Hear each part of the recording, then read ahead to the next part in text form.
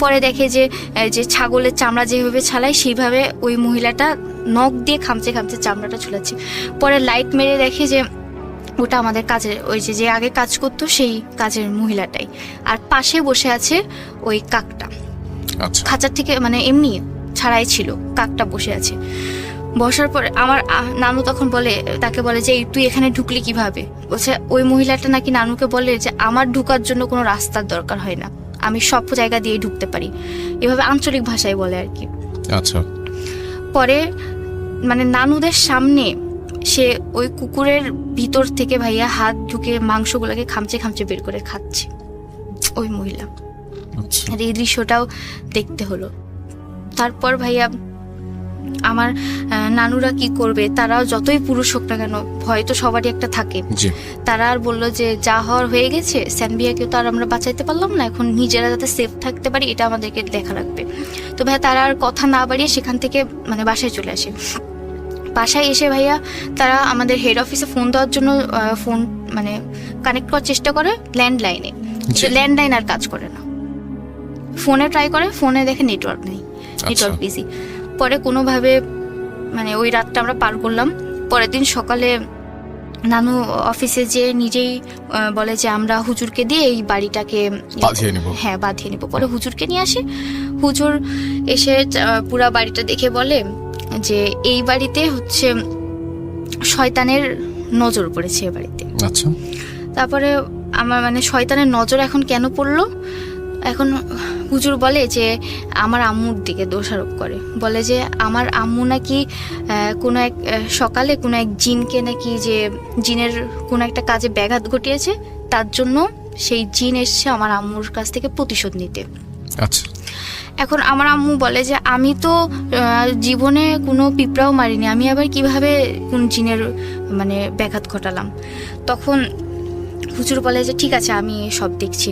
তারপরে ভাইয়া বাঁধানোর যেই জিনিসপত্র মানে যা সরঞ্জাম লাগে, ওই দিন সন্ধ্যাবেলায় হুজুর বললো যে আমি সেগুলা নিয়ে একটা মানে আর কি আমি বসবো। তো জিনকেই সরাসরি জিজ্ঞেস করব যে তুমি কি চাও, ওই শয়তানকে জিজ্ঞেস করবে।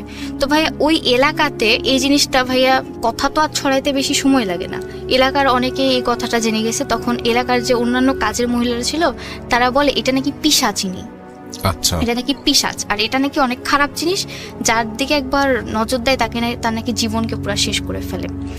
পরে ভাইয়া হুজুর বললো যে ঠিক আছে আমি দেখবো এটা কত বড় পিশাচ বা কি, আমি সব দেখবো। পরে ভাই সন্ধ্যাবেলায় আমরা ওগুলা নিয়ে বসলো। আমার আম্মুকে এক জায়গাতে মানে আমার আম্মু হুজুরের মুখোমুখি বসালো।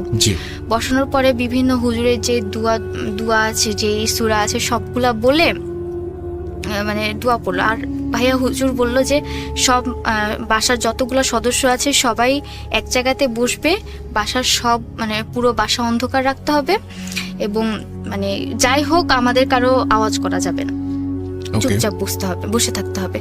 তো হুজুরের কথা অনুযায়ী আমরা তা ফলো করলাম, আমরা সবাই চুপচাপ বসে আছি। আমার আম্মু হুজুরের সামনে, আমার আম্মু ভাইয়া অস্বাভাবিক আচরণ শুরু করে। আমার আম্মু যেন আমি যে মানে ওই দিন সন্ধ্যা থেকে আমার আম্মু অস্বাভাবিক হয়ে যায়, আমি যে আম্মুর মেয়ে, আম্মু আমাকেও চিন্তা করে অনেক। তারপরে ওই দিন আপনার 8টা-9টার দিকে হুজুরের সামনে আমার আম্মুকে বসানো হলো। বসানোর পরে আম্মু মানে হুজুর আম্মুকে অনেক দোয়া দুরুস বলে আম্মুর কপালের মধ্যে এভাবে মানে কপালে কিছু একটা টিপ পরাইলে যেরকম হয় ওভাবে হাত দিয়েছিল আমার আম্মুর কপালে। তখন আমার আম্মুকে হুজুর জিজ্ঞেস করে যে তুই এ বাড়িতে কেন আসছিস? তখন ভাইয়া আমার আম্মুর ভয়েসটা পুরো চেঞ্জ হয়ে যায়, একটা মোটা একটা কণ্ঠে সে হুজুরকে বলে যে আমি তো শান্তই ছিলাম, তুই কেন আমাকে তাড়ালি? তোর বাড়ির মাংস খেয়ে কি আমি খুব অপরাধ করেছি? এটা হুজুরকে বলে। তখন হুজুর বলে তুই কেন মাংস খাচ্ছিস? তুই এ বাড়িতে মানে এসছিস কি জন্য? অন্য বাড়ি পাসনি? বলছে না, এই বাড়ির আপাটা অনেক সুন্দর, সেই জন্য আমি এখানেই আসছি। মানে আমার আম্মু ভাইয়া দেখতে অনেক সুন্দর ছিল, তো এই জন্য বলছে যে আমার আম্মুকে তার পছন্দ ছিল, সেই জন্য ও এখানে আসছে। তারপরে হুজুর বললো যে তোর কি ওর ক্ষতি করার কোনো ইচ্ছা ছিল? তখন ও বলে যে না, আমি ওর কোনো ক্ষতি করতাম না, ও আমাকে তাড়াইলো কি জন্য? তারপরে বললো যে আচ্ছা ও আর মানে তোকে তাড়াবে না, তুই আর ওর কোনো ক্ষতি করিস না, তুই চলে যাস। বলে যে না আমি যাব না, আমি ওর বাচ্চাকে নিয়ে যাব। ওর বাচ্চা বলতে তো আমি আছি, বলে যে না ওর বাচ্চাকে নিয়ে যেতে পারবি না, তোকে এমনি চলে যেতে হবে। পরে ভাইয়া ও বলে যে আমি চলে যাব কিন্তু আমি আবার ফিরে আসব। এটা বলে ভাইয়া মানে পুরা বাসাটা মানে যে আপনার লাইটটা যদি ফিউজ হয়ে যায়, যেরকম জ্বলনিভু করে, হঠাৎ করে আমাদের বাসার সব লাইটগুলো ওই রকম করতে, অন্ধকারই ছিল কিন্তু কিভাবে এই জিনিসটা হলো সেটা কেউ বুঝতে পারলো না। পরে ও যে চলে গেল সেটা আমরা বুঝতে পারলাম, কারণ আমাদের ঘরের প্রত্যেকটা বাল্ব ফেটে গেছে, এটা করেও চলে গেছে।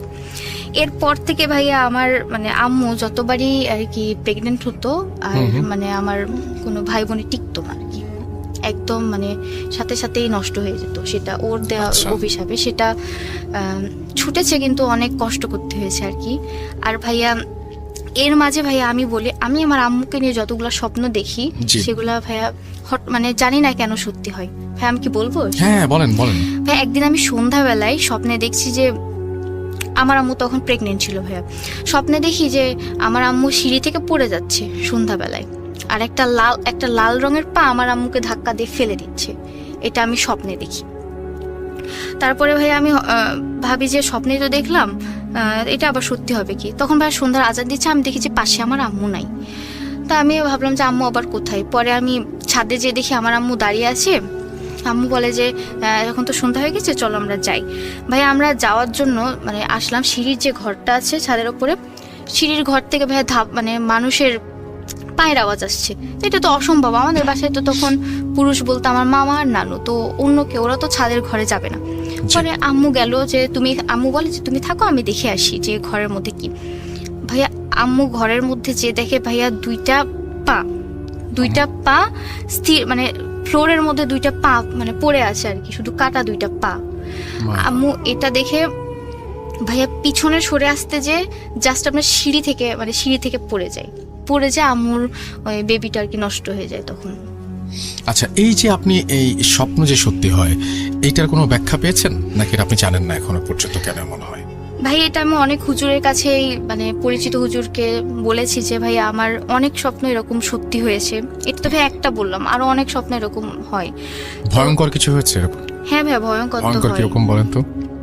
ভয়ঙ্কর যেমন ভাইয়া